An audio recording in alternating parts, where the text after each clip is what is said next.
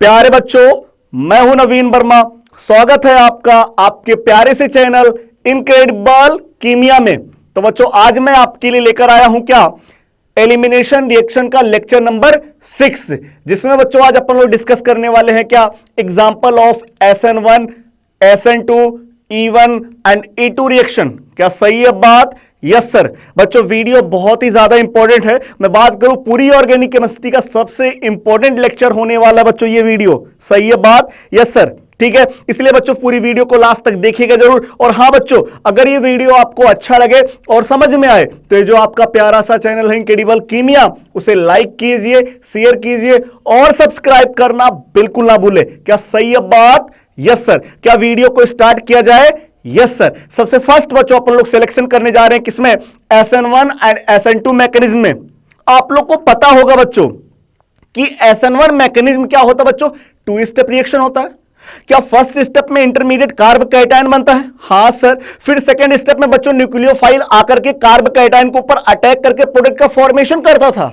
मतलब बच्चों nucleophile second step में आता था, फर्स्ट स्टेप में नहीं पहुंच पाया। क्यों? क्योंकि बच्चों न्यूक्लियोफाइल बहुत वीक था SN1 मैकेनिज्म में। लेकिन बच्चों SN2 मैकेनिज्म में आपने गौर फरमाया होगा, क्या SN2 मैकेनिज्म में बच्चों न्यूक्लियोफाइल फर्स्ट स्टेप में ही पहुंच गया था और ट्रांजिशन स्टेट का फॉर्मेशन किया था एंड फाइनली प्रोडक्ट बना था बच्चों। SN2 मैकेनिज्म में क्या होता है बच्चों, न्यूक्लियोफाइल स्ट्रांग होता है। क्या सही है बात? Yes sir. तो आप लोग को पता चल गया बच्चों कि अगर न्यूक्लियोफाइल वीक है तो वहां पे मैकेनिज्म क्या होगा बच्चों, SN1 मैकेनिज्म। लेकिन बच्चों अगर न्यूक्लियोफाइल स्ट्रांग है, बहुत ज्यादा स्ट्रांग है, तो वहां पे मैकेनिज्म क्या होगा, SN2, by molecular nucleophilic substitution reaction. क्या सही है बात? Yes sir. तो चलिए बच्चों देख लेते हैं कि कब SN1 मैकेनिज्म प्रेफर किया जाएगा और किस रिएक्शन में बच्चों SN2 मैकेनिज्म होगा। क्या सही है बात?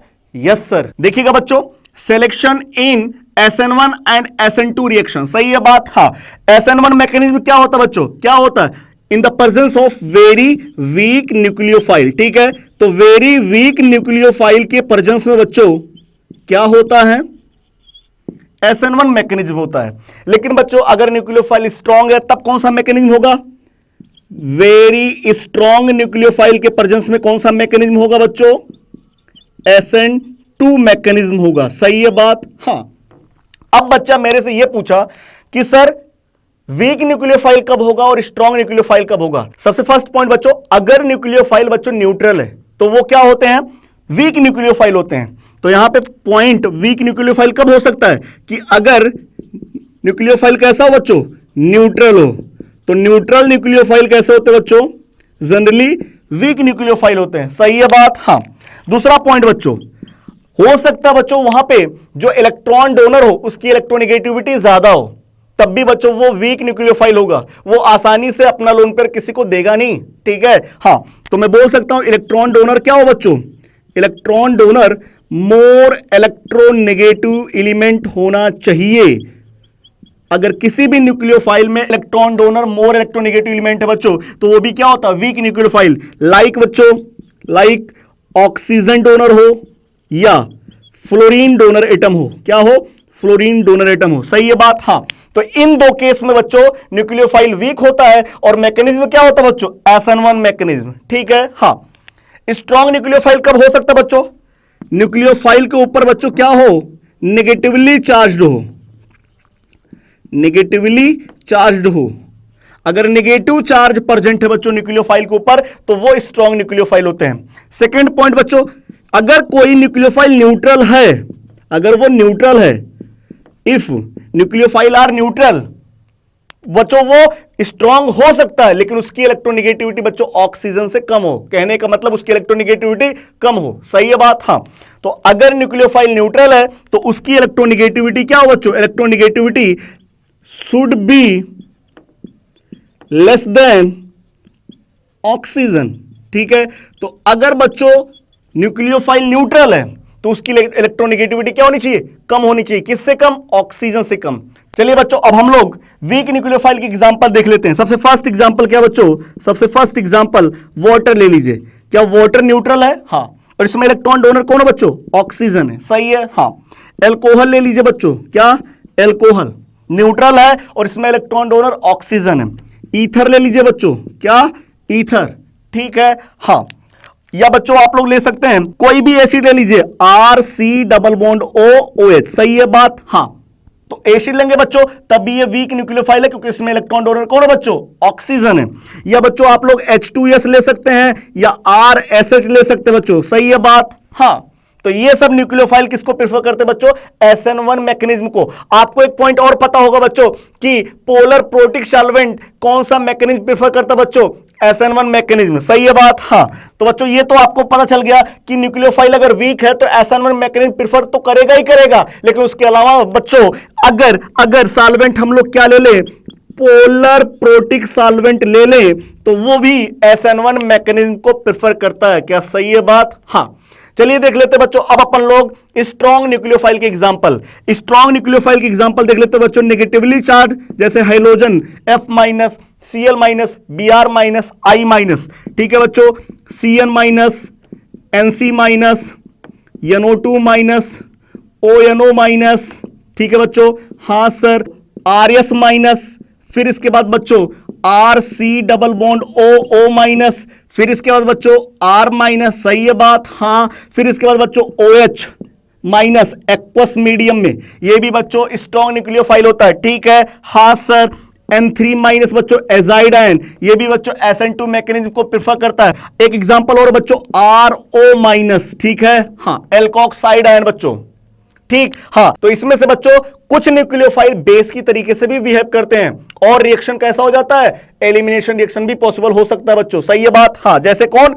RO-, ठीक है बच्चों? हां सर, तो ये आपको पता चल गया बच्चों कि SN2 मैकेनिज्म कब होता है और SN1 मैकेनिज्म कब होता है। आपको एक बात ये भी पता होगा बच्चों कि अगर पोलर एप्रोटिक सॉल्वेंट है, क्या है? पोलर एप्रोटिक सॉल्वेंट, जैसे DMSO हो गया, DMF हो गया, है ना, क्राउन ईथर हो गया बच्चों, एसीटोन हो गया, ये सब क्या होते हैं? पोलर एप्रोटिक सॉल्वेंट, और ये सब क्या करवाते हैं बच्चों?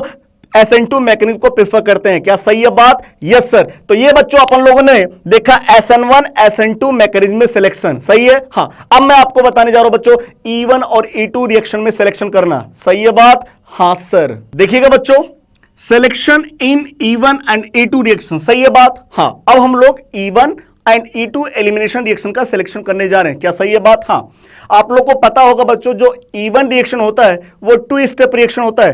फर्स्ट स्टेप में क्या बनता है? कार्बोकैटायन, और सेकंड स्टेप में बच्चों आता है बेस, लाइक SN1 मैकेनिज्म, सही है बात? हां, और E2 रिएक्शन किस तरीके से होता है बच्चों? SN2 मैकेनिज्म की तरीके से।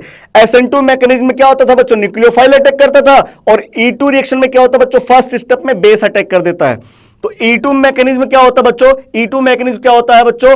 1 स्टेप रिएक्शन होता है, जबकि E1 मैकेनिज्म क्या होता है बच्चों? 2 स्टेप रिएक्शन होता है, सही है बात? हां, तो 2 स्टेप कहने का मतलब सेकंड स्टेप में बेस आता है, तो बेस क्या होता है बच्चों? Weak base. तो E1 मैकेनिज्म कब पॉसिबल होता है बच्चों? In the present of weak base, और E2 मैकेनिज्म कब पॉसिबल होता है? In the present of strong base, सही है बात? हां, तो in the present of strong base, तो अगर स्ट्रॉन्ग बेस है बच्चों तो वहां पे कौन सा मैकेनिज्म पॉसिबल होगा? E2 mechanism. लेकिन बच्चों अगर वहां पे वेरी वीक बेस है, वीक बेस प्रेजेंट है, ठीक है, तो वहां पे कौन सा मैकेनिज्म पॉसिबल होगा बच्चों? E1 mechanism. आपको बता दे रहा हूं बच्चों, कुछ ही बेस स्ट्रॉन्ग है, बाकी सभी बेस कैसे होते हैं? वीक। देखिएगा बच्चों, जैसे आप लोग ले लीजिए NH2-, ये स्ट्रॉन्ग बेस में आएगा बच्चों। अगर कहीं भी ये है तो वो वहां पे मैकेनिज्म E2 एलिमिनेशन, ठीक है? हां, OH- एल्कोहलिक मीडियम में OH- बच्चों स्ट्रॉन्ग बेस की तरीके से बिहेव करता है, कहीं पे आएगा E2 मैकेनिज्म करवाएगा। और कौन सा बच्चों?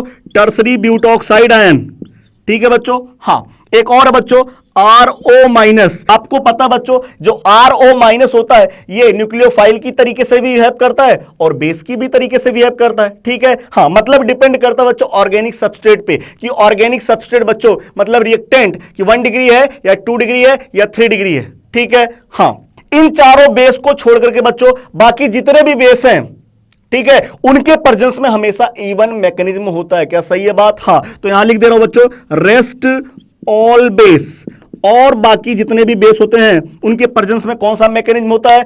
E1 mechanism. क्या सही है बात? हां, तो बच्चों अपन लोगों ने देखा SN1 और SN2 मैकेनिज्म में सिलेक्शन और E1 एंड E2 मैकेनिज्म में सिलेक्शन। ये किसके बेसिस पे था बच्चों? On the basis of reagent. अब हम लोग देखने जा रहे हैं बच्चों on the basis of organic substrate. क्या सही है बात?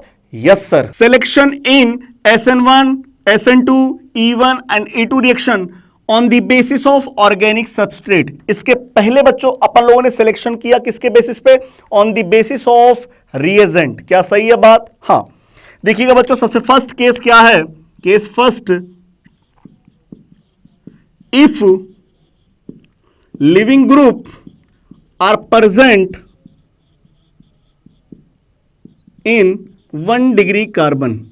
ठीक है बच्चों? हाँ, अगर बच्चों लिविंग ग्रुप 1 डिग्री कार्बन पे प्रेजेंट है तो वहां पे मैकेनिज्म कौन कौन सा पॉसिबल है वो देख लीजिए।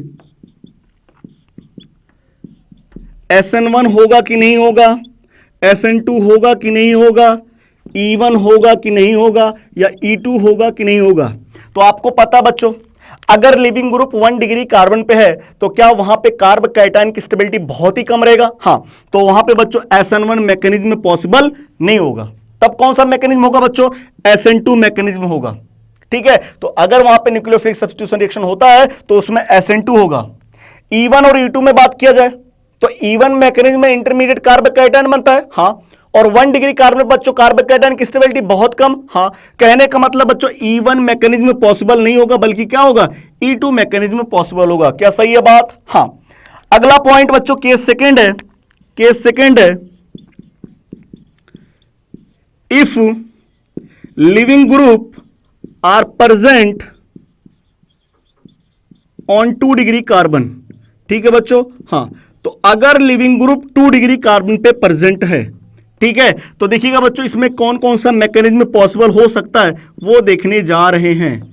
ठीक है? हाँ सर। बच्चों वहां पे SN1 होगा कि नहीं होगा, या SN2 होगा कि नहीं होगा, या E1 होगा कि नहीं होगा, या E2 होगा कि नहीं होगा, चलिए देख लेते हैं। तो बच्चों 2 डिग्री कार्बन पे कार्ब कैटायन भी अच्छा होता है और स्टेरिक हिंड्रेंस भी कम होता है, तो SN1 मैकेनिज्म भी पॉसिबल होगा। कब बच्चों? वीक न्यूक्लियोफाइल होगा तब। वीक न्यूक्लियोफाइल और किसके प्रेजेंस में बच्चों? पोलर प्रोटिक सॉल्वेंट के प्रेजेंस में। ठीक है? हाँ, SN2 मैकेनिज्म भी हो सकता है। कब? स्ट्रॉन्ग न्यूक्लियोफाइल रहेगा तब। स्ट्रॉन्ग न्यूक्लियोफाइल और किसके प्रेजेंस में बच्चों? पोलर ए प्रोटिक सॉल्वेंट के प्रेजेंस में।